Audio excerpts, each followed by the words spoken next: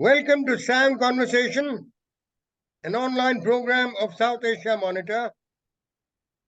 Today we have an interesting topic of how the Royal Indian Navy sailors' uprising in February 1946 accelerated the British exiting of India by August 1947. To throw light on this, it is our pleasure to welcome Srikant Kesnur of the Indian Navy, a well-known historian who's doing a lot of work of unveiling naval history, which we all eagerly, looking at. The Second World War, which ended in 1945, saw 2.5 million Indian Armed Forces personnel being coming out as a war-winning factor, a major war-winning factor for the Allies. And also, for the second time, establishing their reputation as out of the best of soldiers in the world. Not to soldiers, sailors, and even airmen. By the Second World War, all three services were, well operative. And as far as the Indian naval sailors went, they did not lack in any way in qualifications and performance. But unfortunately, their treatment was rather filled with racial arrogance. Certainly most uncalled for kind of treatment. Bad food, not the same food that the rest of the naval personnel were getting, and not in the same kind of salaries, lower salaries. These were three glaring, deficiencies which really sparked off. There are other reasons also, but these are three major reasons which sparked off what the British referred to as the naval mutiny, and they had a taste of such mutinies by Indian sailors in past years also, but those were minor. Now, for the British, I think it shook them like never before, because it was now a stage when there were 2.5 million Indian Army, almost 2.5 million Indian Army personnel, most of them demobilized, who, if the tremors of this uprising were to reach them, then probably 1857 would have been like a drop in the ocean. I'll say it's most welcome that the cobwebs of history, India's history, pre and post independence, are finally getting cleaned up, and it was really heartening for a lot of us to hear some stories from the Navy about some of their personnel's great bravery, and this particular one, which was kept under wraps for very long. Over to Brigadier Srikant Kesnur. Thank you so much, sir. It's a pleasure. It's a pleasure being with South Asia Monitor. It's a pleasure being with you. I've tons of respect for the great work that you have done in spreading consciousness about our armed forces with your writings and speakings and your general sort of taking the message to the masses, so to say, about the military. So as you brought out, very, very rightly, the naval uprising of February 1946 can be characterized in many ways as a kind of seminal event in the Indian history. And even more so now, viewed from the retrospective lens, it is coming to light. It is coming to light that it played a role possibly larger than what was originally envisaged or thought of. First, of course, sir, as you yourself brought out, now we all in the Navy call this as naval uprising and not a naval mutiny, because the words have different connotations, and it signifies the Navy's commemoration of this event as a very, very important part of not just its own history, but also national history. So essentially, sir, it is this. While we can go into details, and we will go into details as we discuss, uh, one of the points is that while perhaps some of the triggers were provided by the demobilization, the fact that the Royal Indian Navy, like the other two forces, had conducted itself wonderfully in World War II, and after that, I mean, when they found that they were just as good as the colonial masters, then it raises the question as to why you now need to be servile to them. Because if you can fight just as well, if you can perform just as well. And there was also a sort of political cauldron brewing after 1944, 1955, wherein lots of grievances, independence movement, the immediate sort of availability on the horizon, so to say, of independence, and yet lots of disaffection due to a lot of issues that were unaddressed. I think these were a cocktail of circumstances. Immediately within the Royal Indian Navy, there were, of course, issues of bad pay, of horrible living conditions, and most importantly, rude and racist behavior by the colonials, who would frequently use, terms of abuse, or say junglis or coolies or something like that, words to that effect frequently openly, and this was obviously resented. But also the naval ratings were affected by the political climate then. Many of them had, maybe because they were communication sailors, they sort of understood things better. There was a general sense of being in Bombay and being affected by the politics of the time. The INA trials were going on, and that impacted in a big way. It gave them a nationalist fervor. So there was a lot of political awareness and being sort of galvanized as what the Germans called as the zeitgeist, the spirit of the times, being galvanized by the spirit of those times. So therefore, I think all of these things played a very important role in leading to the spark of 18th February 1946.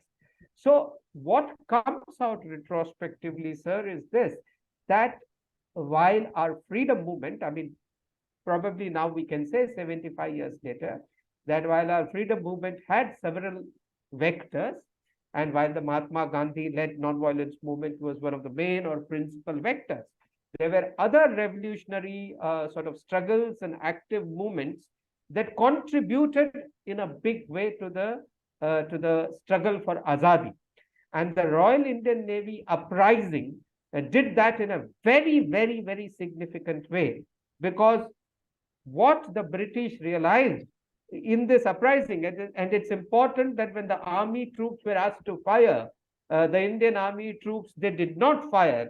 So it was in a sense, and before and after the Royal Indian Navy uprising, there were similar unrest and disturbances in the Air Force and in the army. So I think a realization went amongst the British rulers that the coercive elements of the state are no longer under their control. They were ruling India using the armed forces as instruments, as coercive instruments. And when this was not there, and it was not going to be available anymore, then, the die was cast, so to say. So you can either call it the last decisive push, you can call it the last war of independence, you can call it something that hastened the exit or departure of the British, but there is no doubt that the Royal Indian Navy uprising contributed significantly to India's freedom struggle in the final stages. Thank you, Srikant. Very well brought out so far.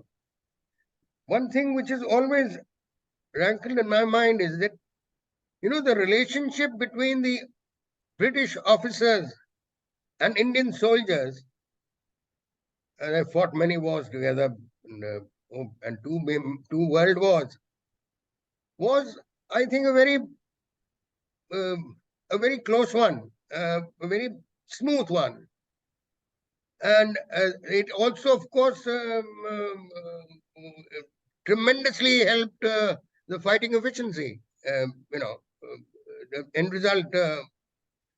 How is it that uh, the same British wearing the naval uniform, uh, who are not who did not have the same kind of attitude towards their subordinates as the British army officers did?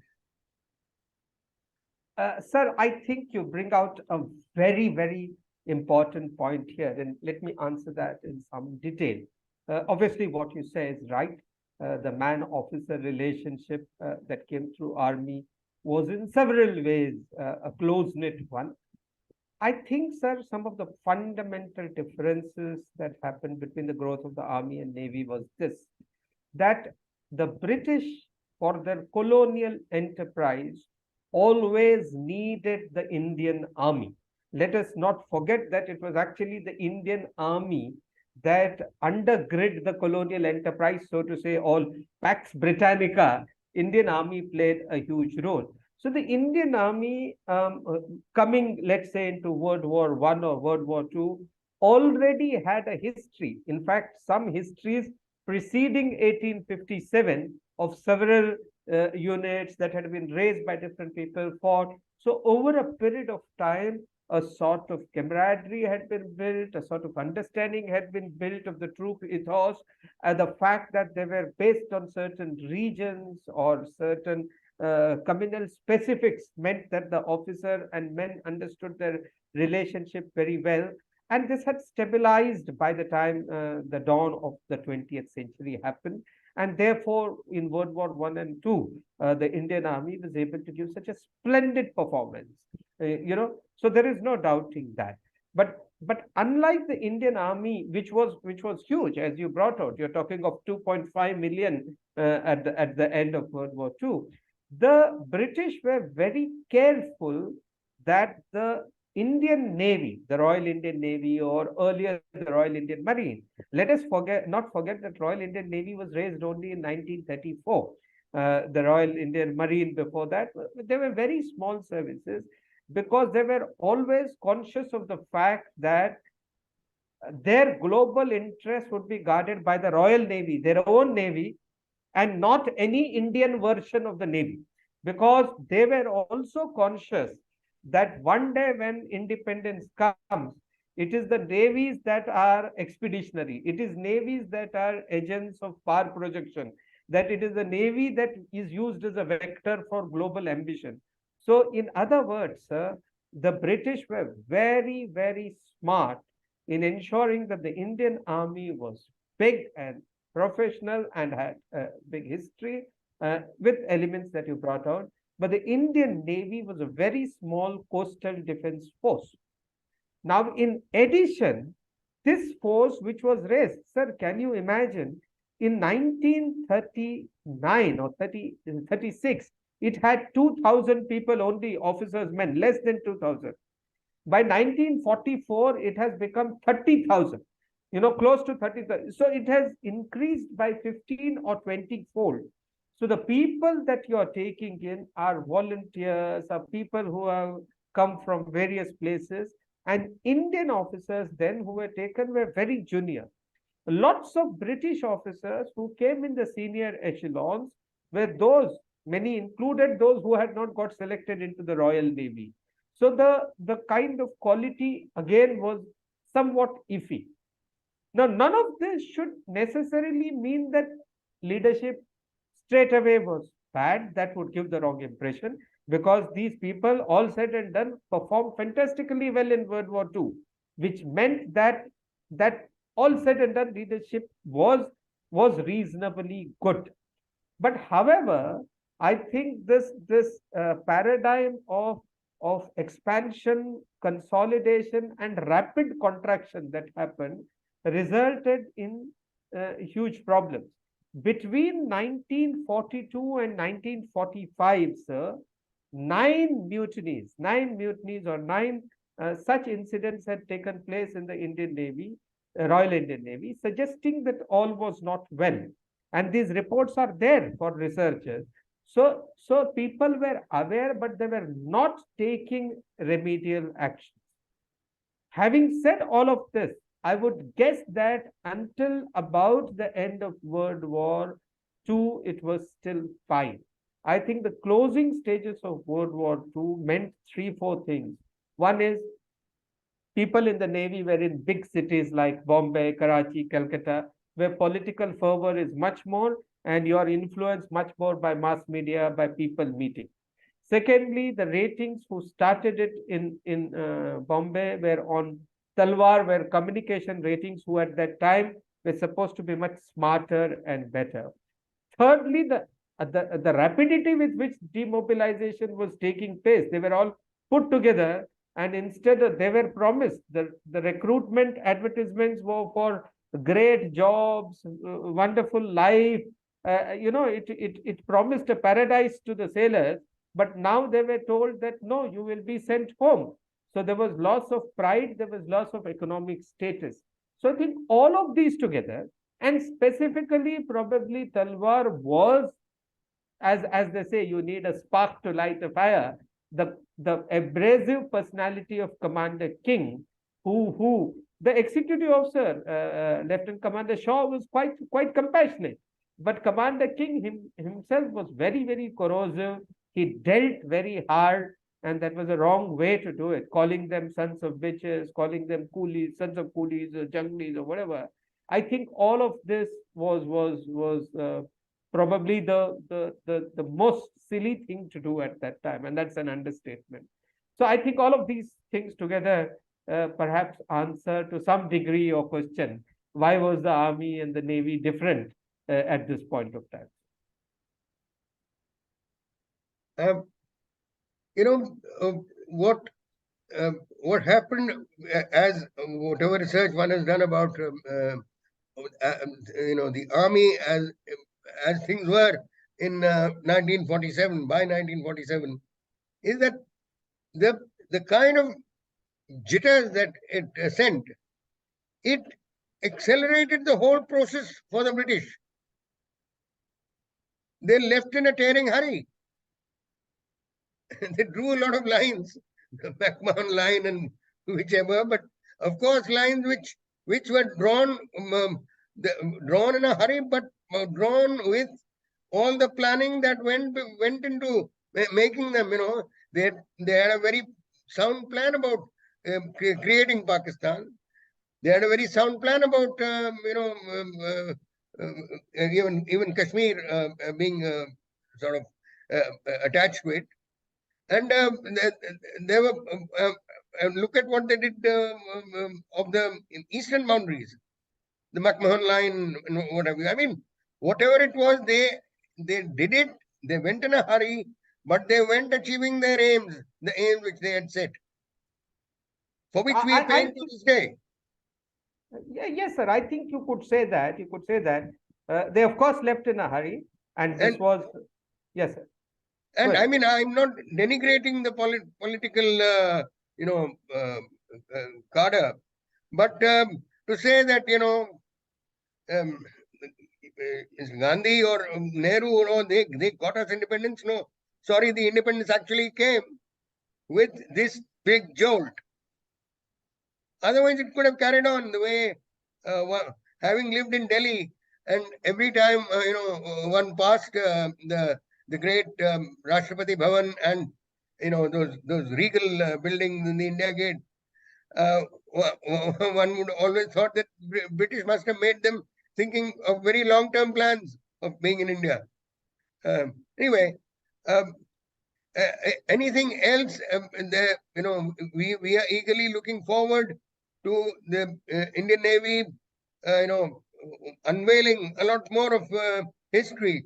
I myself had the great pleasure and privilege of interviewing Commander Kapil and Petty Officer Singh, Chiman Singh. who you know who who did a tremendous job, which remained secret till very recently, Yes, of destroying a whole lot of Pakistani shipping yes, uh, just before the 1971 war and during it. Well, most of it was already the damage was done for Pakistan. yes. Um, Anything else you'd like to add, Srikant, please? Yes, sir. I think I take your point. The British certainly left in a hurry, and it is well possible to say that one of the reasons they left in so much hurry was the realization that the armed forces are no longer with them, and when that happens, then any eventuality or outcome can be messy, and they wanted to cut their losses, so to say. The fact itself, sir, the cabinet mission on Indian independence was announced on the 19th of February, if I remember right, in London, just a day after the uprising took place. So a lot of and one of the members was Mr. Alexander, who was the first Lord of the Admiralty. So there are lots of people who speculate or who correlate and say that the cabinet mission for independence was precipitated by the naval uprising. Now clearly, what as you brought out, overall, when you see a trajectory from the Indian National Army trials, indeed the Indian National Army itself in World War II, the trials, the naval uprising, similar such movements in the Army and Air Force, I think that sent a clear signal. Now, how much owes to the other non-violent movement, how much owes to this? I'm not an expert in that, so I'd not like to comment on that. No, I that's believe fine. all of them contributed, but to some extent, Clement Attlee in 1956, in a visit to Calcutta, actually said that it was the INA revolt and the Indian naval uprising, he called it the mutiny, which were the factors that affected most in their decision making, and not so much the Quit India movement. Now, he might have had his reasons to disparage the Mahatma Gandhi. He might have had certain, but there was a distinct acknowledgement that these movements caused the British to get hugely unsettled. And as you brought out, they probably had larger plans in the way they built their buildings, but realized, I think they had got exhausted physically after World War II.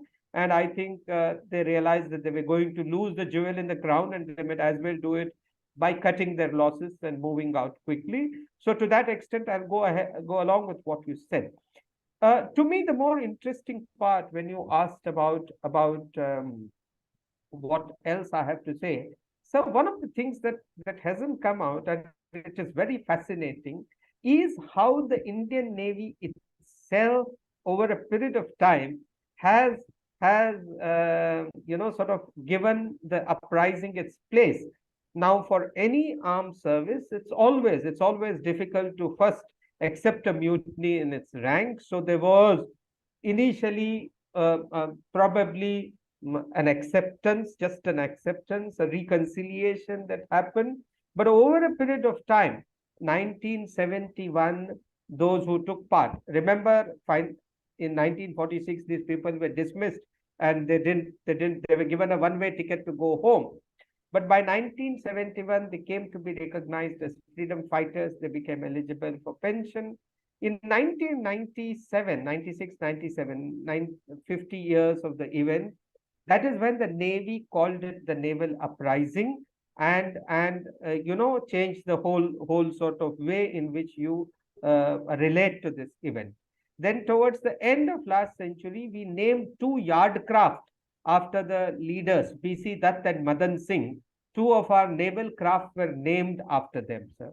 Then in 2002, I think the Navy started an uprising memorial in Bombay, which is there very close. And I would invite all your people, those who stay in Bombay and elsewhere, when they visit Bombay, to visit this uprising memorial. It would not take more than 10-15 minutes of your time. It's in Cooperage in South Bombay. but it's a nice place to visit and pay memories. So over a period of time, a greater acceptance has come. Then in the last few years, sir, actually commemoration has started. Just last year on 22nd or 23rd March, to commemorate the martyrdom of Bhagat Singh and other revolutionaries, there was an event held at the Uprising Memorial, when at that time the Minister of Culture, Aditya Thackeray had come. The Navy had held a big event. Subsequently, Raksha Mantri Rajnath Singh ji visited the memorial, and he paid his respects, and then he interacted with people there. Navy has held seminars in recent past in our training establishments and conducted by Maritime History Society. We have, given assistance and other things to other researchers and scholars who are working on this. So on the whole, the Navy has itself come now to not merely accept, but commemorate this event as an important part of our history and national history. And I illustrate that beautifully through three personalities. This is a great story worth telling. In 1946, when the uprising or mutiny happened, Commander Adhar Chatterjee, then I think he was a lieutenant commander. He was commanding a base in Karachi, and he was one of our foremost, officers. He used a very avuncular, very diplomatic manner to quell the sailors' restive feelings and tried to put a local healing touch to troubleshoot over the event.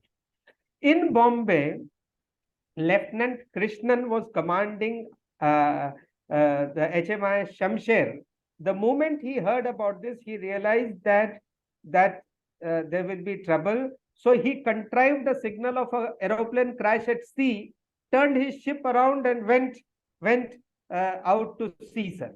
And then in distant Port Blair, there was one lieutenant, sub-lieutenant or Lieutenant Vayan Singh, who actually took part in the uprising, and disciplinary action was taken against him. Three officers, three different places, reacted very differently.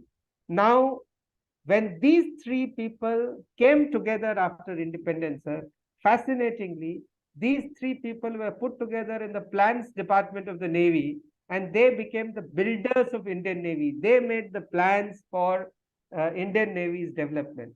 So in a sense, the story of these three officers tells you the story of Indian Navy, and how we, different people who had different roles to play in the uprising, now got together to build the Navy. I think that's the fascinating part about uprising and hereafter in the trajectory of Indian Navy.